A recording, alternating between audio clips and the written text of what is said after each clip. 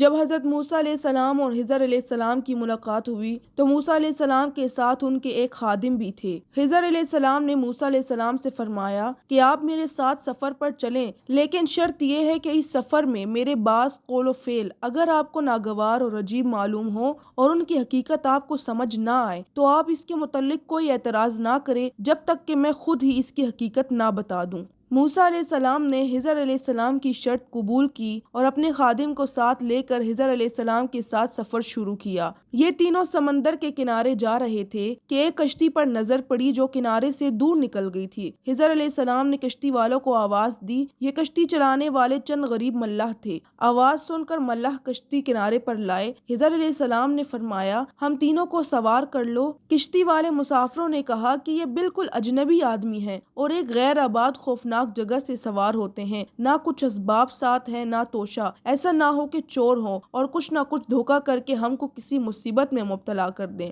لیکن ملاح نے ان کی بات نہ مانی اور کہا کہ ان کی مقدس صورتوں پر تو نور برستا ہے، کسی فساد کا کوئی خوف نہیں، میں ان کو ضرور سوار کروں گا۔ اور یہ تینوں پھر کشتی میں سوار ہو گئے۔ کشتی چلتے چلتے ایک بادشاہ کی سلطنت کے قریب پہنچی تو خضر علیہ السلام نے بسولہ لے کر کشتی والوں سے نظر بچا کر کشتی میں سے ایک تختہ توڑ ڈالا۔ خضر علیہ السلام نے یہ کام اتنی جلدی سے کیا کہ کسی نے دیکھا بھی نہیں۔ موسیٰ علیہ السلام نے جب یہ دیکھا تو کہا، آپ نے یہ کیا غضب کر دیا؟ کیا اتنے لوگوں کے غرق کرنے کا ارادہ ہے؟ موسیٰ علیہ السلام بھول گئے کہ خضر علیہ السلام سے میں نے وعدہ کیا تھا کہ میں کوئی اعتراض نہیں کروں گا۔ خضر علیہ السلام نے پاس آ کر فرمایا کہ اے موسیٰ، میں نے پہلے ہی کہہ دیا تھا کہ آپ میرے ساتھ صبر نہ کر سکیں گے۔ اب موسیٰ علیہ السلام کا جوش ٹھنڈا ہوا اور وعدے کو یاد کر کے اور خضر علیہ السلام کی شکایت کو سن کر خاموش ہوئے۔ موسیٰ علیہ السلام نے اپنی غلطی کی معافی مانگی۔ خضر علیہ السلام بھی واقف تھے کہ موسیٰ علیہ السلام سے بھول کر ایسا ہوا ہے، لہٰذا خضر علیہ السلام نے درگزر کیا اور موسیٰ علیہ السلام کو اپنے ساتھ رکھا۔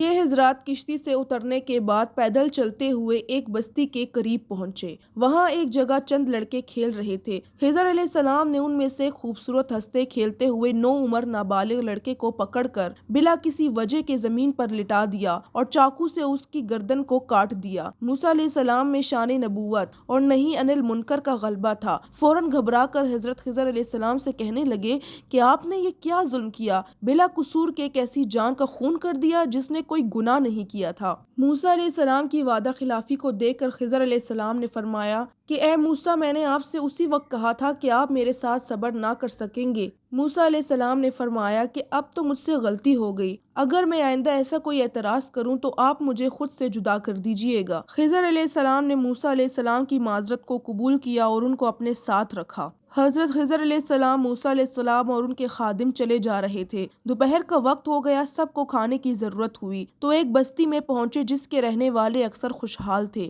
بہت لوگوں کے پاس گئے اور ظاہر کیا کہ ہم مسافر ہیں، ہمیں کھانا کھلاؤ، مگر وہاں کے باشندے کچھ بخیل تھے، انہوں نے کچھ خیال نہ کیا اور کھانا دینے سے انکار کر دیا کہ راستے میں ایک نہایت پرانی اور اونچی دیوار کو دیکھا جو بالکل گرنے کے قریب تھی۔ خضر علیہ السلام نے دیوار کے پاس کھڑے ہو کر ایک ہاتھ دیوار کے اس طرف رکھا اور ایک دوسری طرف، اور دیوار پر ہاتھ پھیر کر برابر کر کے سیدھا کر دیا، جس سے وہ دیوار سیدھی مضبوط ہو کر کھڑی ہو گئی۔ اگرچہ یہ کوئی ناجائز یا ممنوع کام نہ تھا، لیکن حضرت موسیٰ علیہ السلام کو اس لیے ناگوار ہوا کہ اس بستی والوں نے بہت ہی سنگ دلی اور بے مروتی سے ان حضرات کو کھانا تک نہیں کھلایا۔ موسیٰ علیہ السلام نے فرمایا کہ اس گاؤں کے باشندوں نے ہمیں کھانا تک نہ دیا اور آپ نے بلا کسی اجرت کے ان کی یہ دیوار ٹھیک کر دی۔ چونکہ یہ تیسرا اعتراض تھا موسیٰ علیہ السلام کی طرف سے، تو خضر علیہ السلام نے فرمایا کہ اب ہمارے اور آپ کی جدائی کا وقت آ چکا ہے۔ موسیٰ علیہ السلام وعدہ اور شرط کی پابندی سے کچھ عذر نہ فرما سکے۔ علیحدہ ہوتے وقت موسیٰ علیہ السلام نے درخواست کی کہ جو واقعات پیش آئے ہیں ان کی حقیقت سے مجھے آگاہ کر دیجیے۔ حضرت خضر علیہ السلام نے کہا کہ بہتر ہے جن باتوں کو آپ ناگوار سمجھ کر صبر نہ کر سکے ان کی حکمت سن لیجیے۔ خضر علیہ السلام نے کہا کہ پہلا واقعہ، جس کشتی میں آپ سوار تھے اس کے مالک نہایت غریب لوگ تھے۔ 8-10 آدمیوں کی معاش اور روزی کمانے کا یہی ذریعہ تھا۔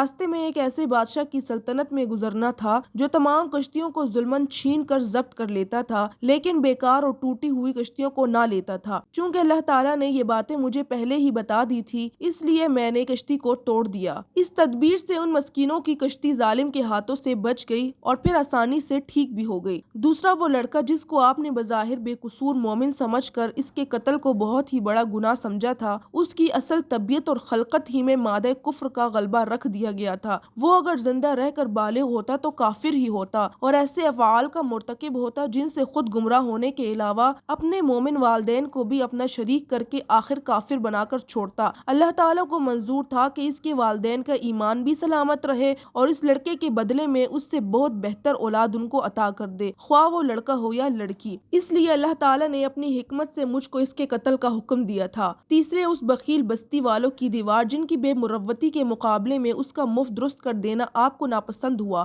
وہ دو یتیم بچوں کے مکان کی دیوار تھی جن کے دیندار اور مومن باپ نے حلال روزی سے نہایت مشقت سے کچھ مال جمع کر کے بچوں کے لیے دیوار کے نیچے دفن کر دیا تھا۔ اگر اسی وقت ان کے بچپنے میں دیوار گر کر مال ظاہر ہو جاتا تو ان کے عزیز و اقارب سب کھا جاتے، ان قابل رحم یتیموں کو کچھ بھی نہ ملتا۔ اللہ تعالیٰ نے بچوں کے حال پر رحم فرما کر یہ چاہا کہ ہمارے سچے ایماندار بندے کی گاڑی کمائی ضائع نہ ہو اور یہ یتیم بچے جوان ہو کر خود ہی اس کو نکالیں۔ ان باتوں کو سننے کے بعد حضرت خضر علیہ السلام اور حضرت موسیٰ علیہ السلام ایک دوسرے سے جدا ہو گئے۔ خضر علیہ السلام دریا کی طرف چلے گئے اور موسیٰ علیہ السلام اپنے خادم کے ساتھ واپس آ گئے اور اپنی نبوت اور رسالت کے فرائض کی انجام دہی میں مصروف ہو گئے۔